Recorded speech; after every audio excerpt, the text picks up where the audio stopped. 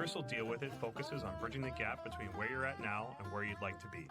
We'll explore wisdom and techniques from a wide variety of domains and industries and apply them to your unique challenges. I love developing frameworks, processes, and storytelling metaphors that enable personal and business growth. Through actionable next steps, we'll build momentum and confidence. My goal is to help you clear roadblocks, do more with what you have, and realize the potential of yourself and your team. So throw your challenges my way, and Crystal deal with it.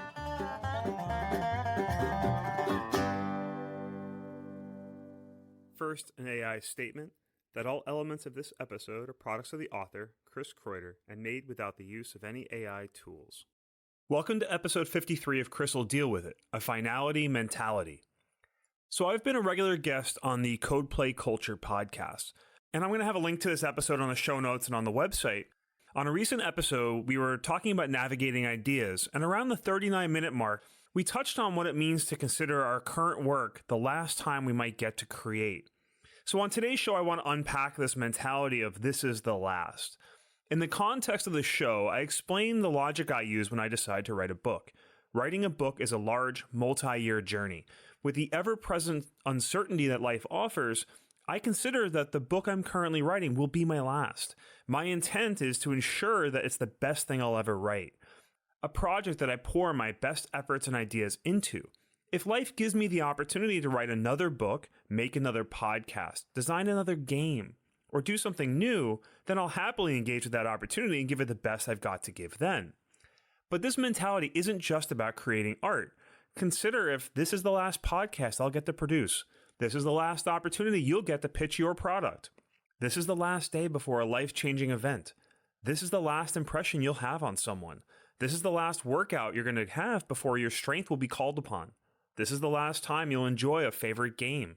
This is the last time you'll spend time with a loved one. Or this is the last day of your life. Contemplating death and finality can feel morbid, and this isn't intended to evoke the concept of memento mori, which is Latin for remember you must die.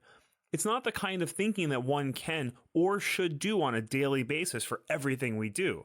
I don't brush my teeth every morning thinking, this is the last time I'll brush my teeth.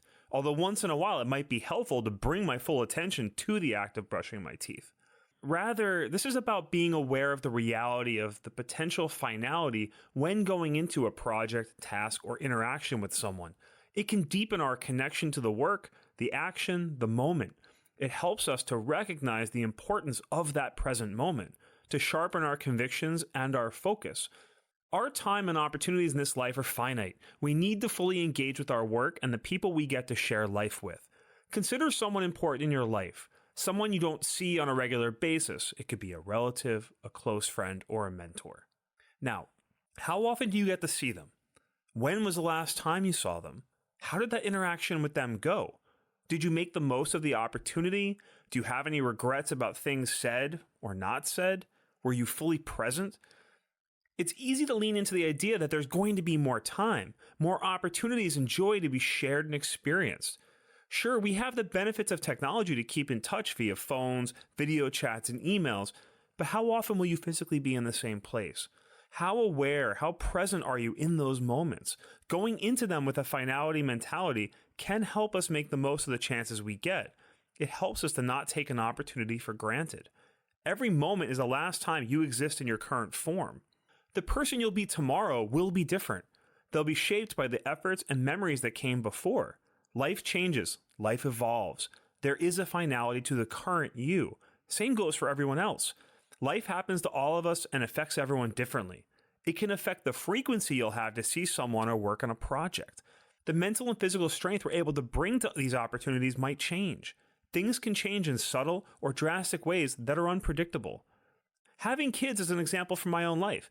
I miss the frequent opportunities I had to sit around a table playing multi-hour strategy games like Through the Ages while catching up with close friends. But I've happily traded those frequent nights out for fatherhood, even though this means I see these friends far less, and it takes far more effort and planning to get together. Sure, we can play the same games on our devices, and we do, taking asynchronous turns over the course of a weekend, but it's nowhere near the same thing. Maintaining awareness of this reality helps me make the most of the opportunities that I get to see them. Same goes for creative work. The next book I write may be completely unexpected by the current me. This podcast episode was unexpected too, inspired by a conversation that went in an unexpected direction on another podcast. Things in our lives and environments will change, for good or bad, impacting what and how we create and interact. My skills will continue to improve.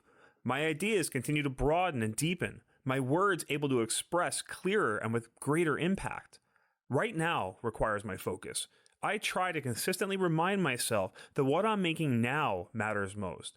Who I'll see and interact with today deserves the best and most present me possible. So we'll cap off this episode with a quote from the Stoic philosopher Seneca. Let us prepare our minds as if we'd come to the very end of life. Let us postpone nothing. Let us balance life's books each day.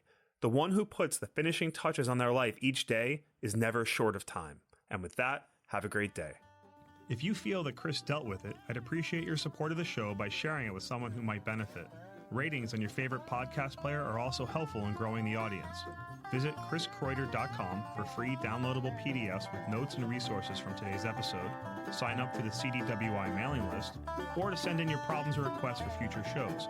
That's CHRISKREUTER.com, or use the link in the show notes. Thanks for listening to Chris will Deal With It.